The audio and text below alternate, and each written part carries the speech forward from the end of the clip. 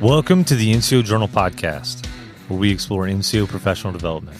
This is a podcast series where we discuss published articles with authors and provide a forum for the open exchange of ideas, information, and solutions.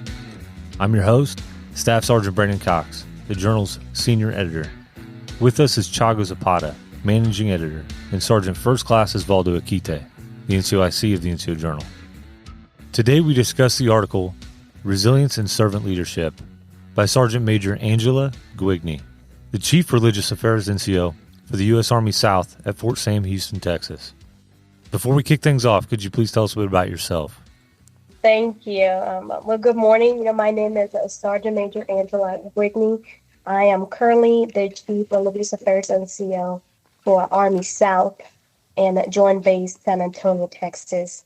I've been in the Army my whole entire adult life. Probably like a lot of us, 18 years and counting. And it's really a pleasure to be here with you all today to discuss the article. Sergeant Major, what initially inspired you to write this article? So full transparency, and I was at the Sergeant Major's Academy, and then we were proposed many papers to write while I was there.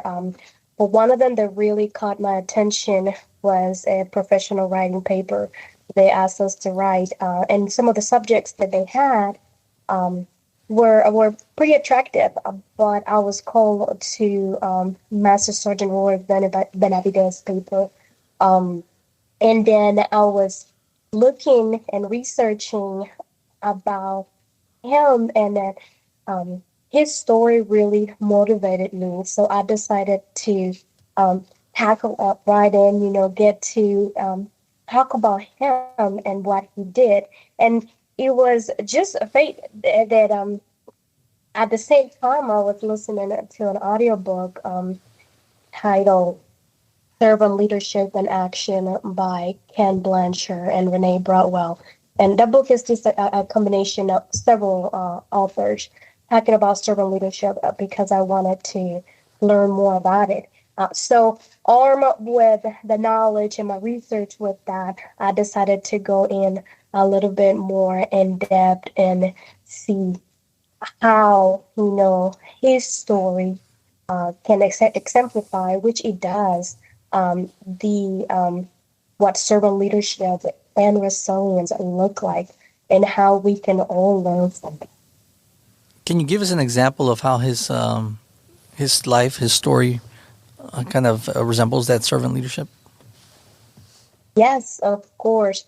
So my Sergeant Benavidez was a Vietnam veteran, and he did some pretty awesome things. In his story, he's there here in San Antonio, by the way, and I'm going to go visit his place like next week. Just to pay my respect. But this is a story of an NCO who obviously is a hero, and he not only survived the wounds of war, he went into Vietnam, he stepped into a mine and was able to survive that. Then he got back into the fight and went out there and it was able to rescue a lot of his comrades, and then also with that, they thought that he was dead when that happened, and this how wounded he was. But then even with that, he was able to recover and then turn that around and use it, to exemplify. And he talked about how all of this was part of a purpose driven life. What was his purpose in life was to do this. And one of the quotes that I came across in my research for him, he talked about, that his faith, his determination, and his positive attitude can carry people farther than ability. He had a firm conviction and a commitment to service.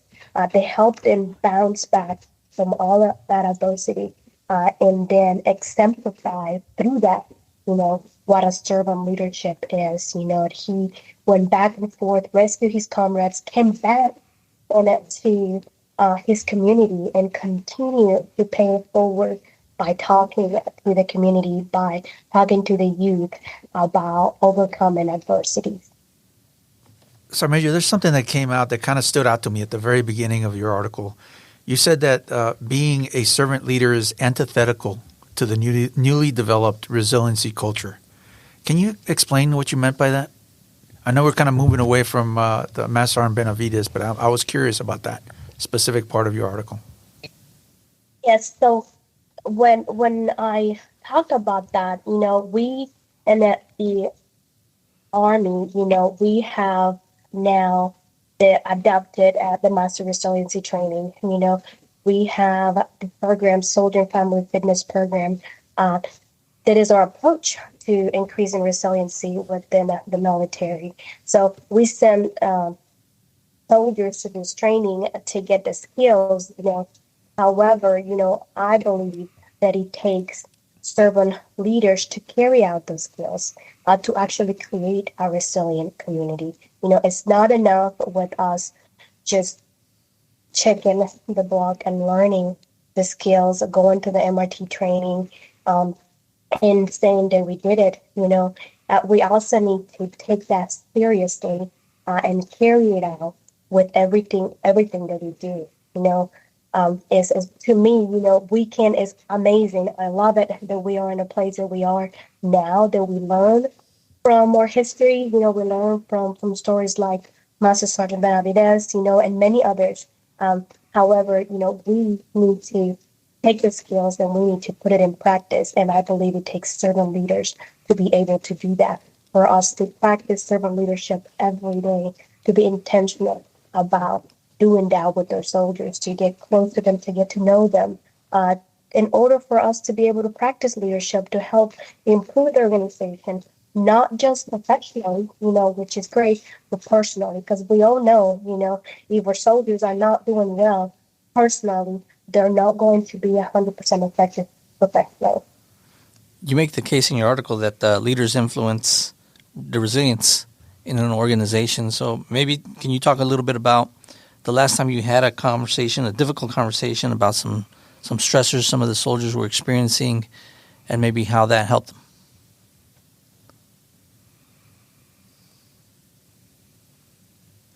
Yes, so I am a religious affairs and the military, so I am privileged to do this on probably an everyday basis and throughout my entire career to be able to practice that. And obviously, the military has equipped me with the skills to be able to exercise that. But yes, so leaders can directly help and facilitate the coping mechanisms for soldiers to deal with stress in military operations and in everyday operations and life. You have a soldier that comes to you and is dealing with stressors, the different stressors that we have in life, the challenging of the operational environment, everything that we do or schedules, the up tempo, the family separations, and all of that can affect how the soldiers perform and their well-being, obviously. So what do we do, in order for leaders to be able to influence that and to help them? It's easy stuff, some things that we sometimes take for granted. Taking the time to get to know them, one thing.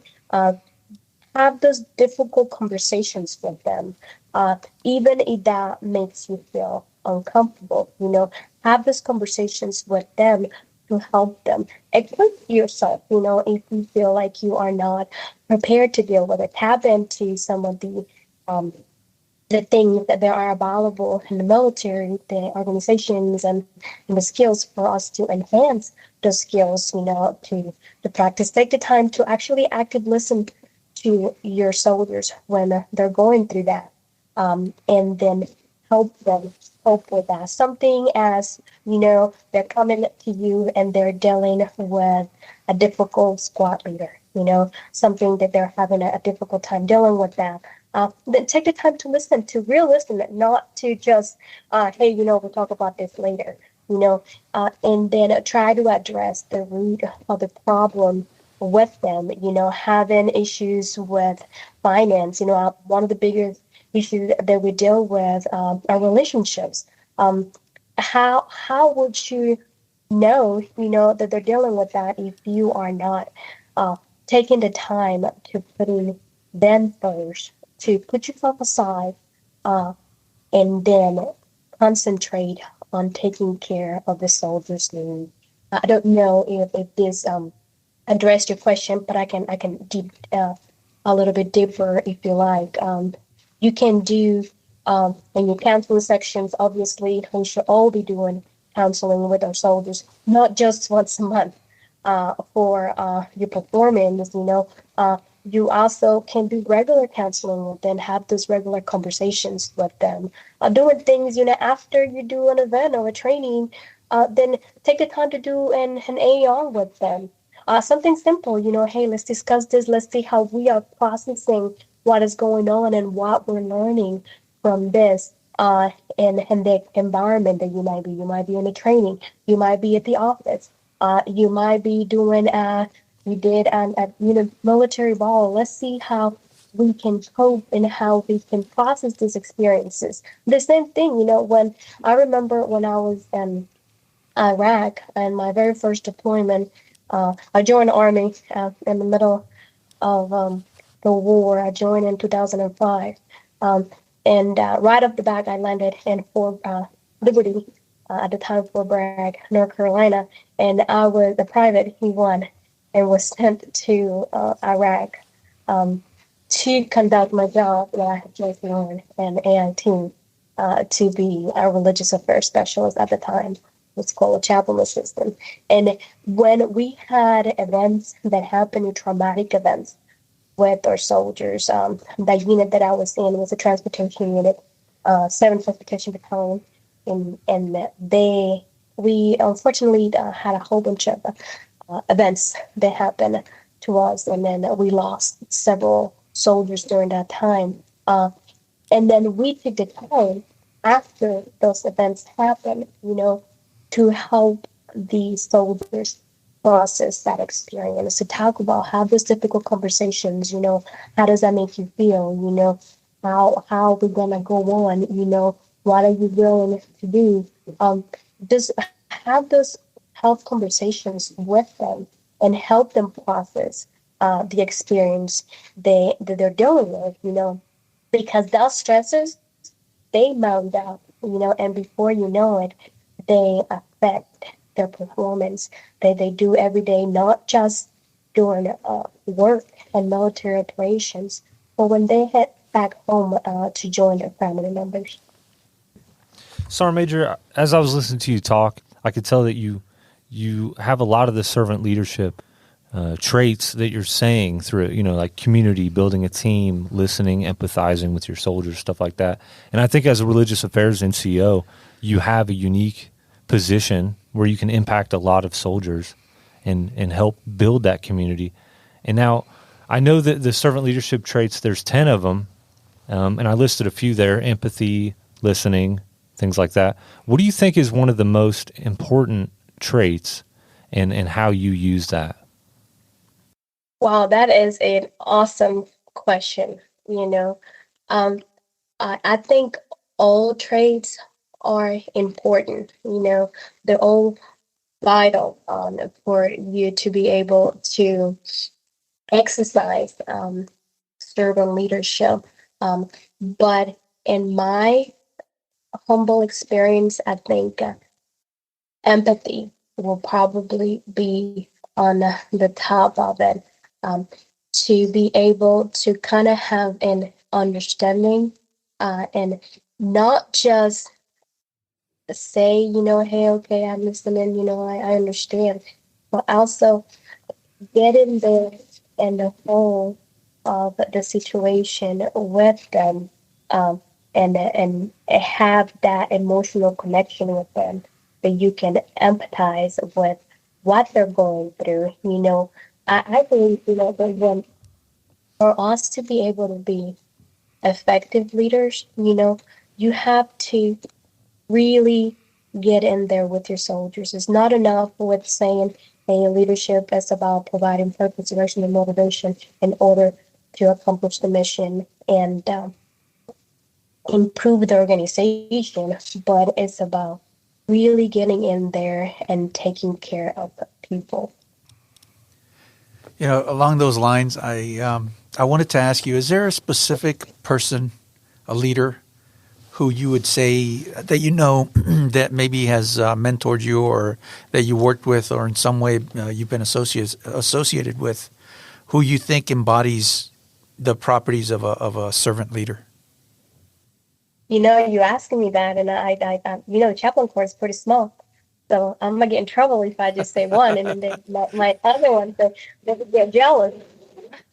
But the so I work for I tell you that they're all servant leaders. I work for a current servant leader right now, Chaplain Dan Rice. He is the description of a servant leader in how he takes the time to actually improve his soldiers' life. We have a small team, but he takes the time to do that with each of us. Prior to him, I was honored. We have Chaplain Keith Kern, who recently retired, who was a big influence into my life and who helped me, now that you reminded me of, overcome some very challenging times in my personal life. Um, and then therefore helped me to be a better professional than I was because of the time I was dealing with. And I'll tell you, personally, I was dealing with a divorce of a 10-year relationship, and that was very difficult for me. And I will tell you that he took the time to help me, to listen, to do all these qualities, to empathize, he had the foresight to tell me every day how I was going to overcome that adversity, and that was not going to define me. And then he made the commitment, every day and every activity that we have to help me grow and learn from that. To this day, I am indebted to him. Just like I had amazing NCOs, that have taken the time for to improve my life and the practice of servant leadership. I'll tell you, I mentioned Iraq earlier today. I had a sergeant major at the time. Her name was Sergeant Major Neal. I think her name now is retired Sergeant Major Wilson, who traveled in Iraq during that time to visit the only private that she had, Talil, and to take the time to sit down, a sergeant major, and I was a private, to listen to me, to help me improve personally, to help me enroll into college in the middle of a war zone, to highlight those things that I needed to do to improve professionally. Um, I am to this date forever indebted, and always will remember the impression that she had on this very young soldier. And she's been retired, but to this day I still have a relationship with her and it started, in the trenches right there in the middle of the desert, by her exemplifying servant leadership. I had I don't know if you heard about it. I was in the Marines for 20 years, and I remember a person who made a big impression on my life and my leadership style. His name was Gunnery Sergeant Tibbetts, and I still remember him. He was very influential in the leader I eventually developed into. And it's interesting though that I didn't realize it then, but I realize it now, that the qualities that he embodied were those of a servant leader, and he was one of those people that when you let him down, he didn't like go all crazy like some do. He was like a disappointed dad, and it always made me feel like, God, man, I let him down, and I just didn't want to let him down. So I just wanted to throw that out there, just to let you know that some of us, have also dealt or had people in our lives, in our careers who turned with just small acts, turned our entire lives in a different direction because of who they were, because of the kind of leaders they were, because they were like Gunny Tibbetts. He was a servant leader. So thank you for that, and thank you for this article. Thank you so much for saying that. And when you said that, I love it. Because we wouldn't be where we are today without servant leaders, and that's something that is the Army doctrine. And it's exemplified every day. But what I want young soldiers to know, especially young NCOs, is that it doesn't necessarily need to be a senior leader. It doesn't need to be a sergeant major. We are all in the position of influence to be able to influence somebody else's life. We, are in the positions to be able to contribute to make their lives better, and therefore that is going to improve the organization. Sergeant Major, where would you tell some of the junior NCOs to go if they don't have necessarily a good grasp on some of these servant leadership traits? Yes, the thing is that we have done so much research as an organization, and then we've come a long way since even when I joined, and then even before that. And every day I'm in the military, I realize how much more we are improving. I don't care what other people say, we are even a better force today than we were when I originally joined. But there are tools, you mentioned there is already training there set out for us to be able to learn. If you don't have those, one thing that I could tell, to young soldiers, is to stay true to themselves, and the leadership that they believe on, as illustrated in Army leadership, and to take that, the training that we receive seriously. Honestly, I will tell you, I could talk to soldiers, and let's say I asked them about some of the skills taught during a master resiliency training. And a lot of them can articulate them. They can articulate one or two, which is not where we want to be, optimal. I think that if you take in, the training seriously, it can be a great asset for any junior leader. If you go in there and you actually, if you even get the opportunity to be units MRT, it's even better.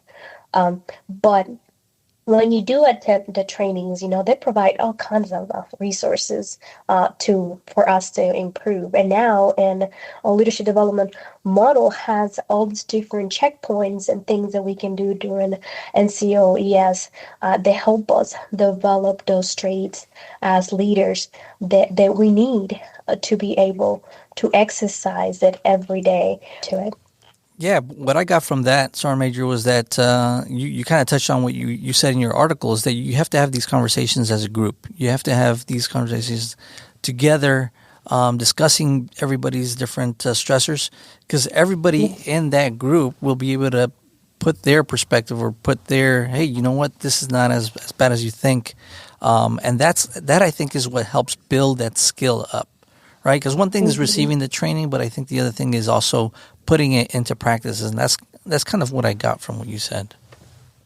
100%, and get it into practice, and that's when I talked about it takes the servant leaders, to carry out those skills, to be able to create a resilient community. And that's where we want to be. We're getting there, but we're not 100% there.